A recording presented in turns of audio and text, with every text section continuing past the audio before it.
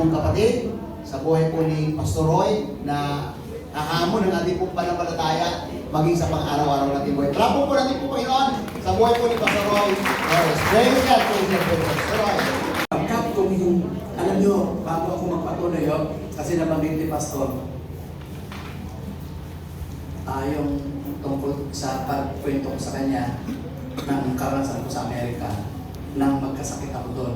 Mamaya po, mapapakinggan nyo yan na buong buo kung paano naghimala ang Diyos sa buhay ko.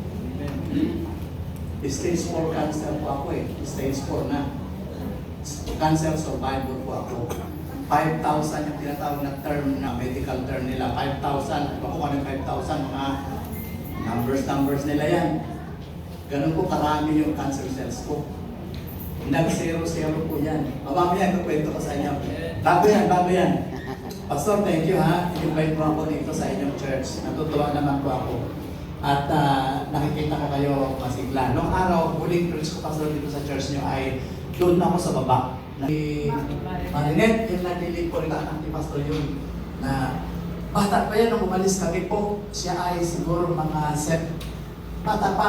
Nakikipag-message pa sa akin. Masaya naman ako, Pastor. Pagbalik ko, dumagan ha. Grabe, nagulat ako talaga. Tapos yung anak mo, leader na, nag-preach and worship siya na. Masama sa harap ng Diyos, baka ikaw ang maunang kunin Pero hindi ka mamamataya. Kukunin ka, rapturing ka ni Lord, tulog ka. Ay ako, hinihintay ko yun. Hinihintay ko yan. Yan. Matutulog kang ganyan. May maririnig kayong sound, sandaan niyo po. May trumpet kayong maririnig. Pag hindi yun narinig yun, hindi kayo na-rapture ha.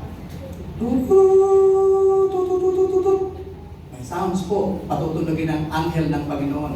At lahat ng mga anak ng Diyos ay kukunin niya na, dadalhin niya na sa clouds. Tapos sasalubong na tayo sa Panginoon. Tapos na problema niyo. Kaya huwag masyadong magpayaman sa mundo. Iiwanan niyo rin ang pera niyo. Sinabi ng Biblia yan. Pero kung mayaman ka na, okay lang yan. Talagang ganun payamanin ka ng Lord dito Kasi ginagamit ka ng Panginoon. May mga sadyang binibigyan ng Lord ng mga nagninegosyo, mga Kristiyano, para sumagana buhay nyo. Ang pastor, hindi pagninegosyohin ni Lord yan. Magtrabaho ka sa akin, sabi ng Lord. Mga Levites yan ni Lord Kaya nagtatrabaho lang yan, nangangarap, nag-preach, naglilingkod sa Panginoon yan. Sino mag-support sa pastor? Yung mga nagninegosyo. Kaya nga pinayayaman sila ng Lord para bigyan ng blessing yung naglilingkod sa Diyos. Ganun po yung Biblia sa Levites. Ngayon, pag hinol mo naman yung kayamanan mo, ayaw mo ibigay sa Panginoon. Naku, mawawala yan. Maniwala kayo sa akin. Isang pitik lang ni Lord yan. Magkasakit ka kung sa hospital yan. Amen po? Amen! Pero hindi ako nananakot ha. Sinasabi ko na yung mga katotohanan sa buhay. Mga practical na kailangan pag sumuko ka sa Panginoon, ibibigay niya lahat ng iyong gusto. Amen. Lahat ng sinisharean lang tayo.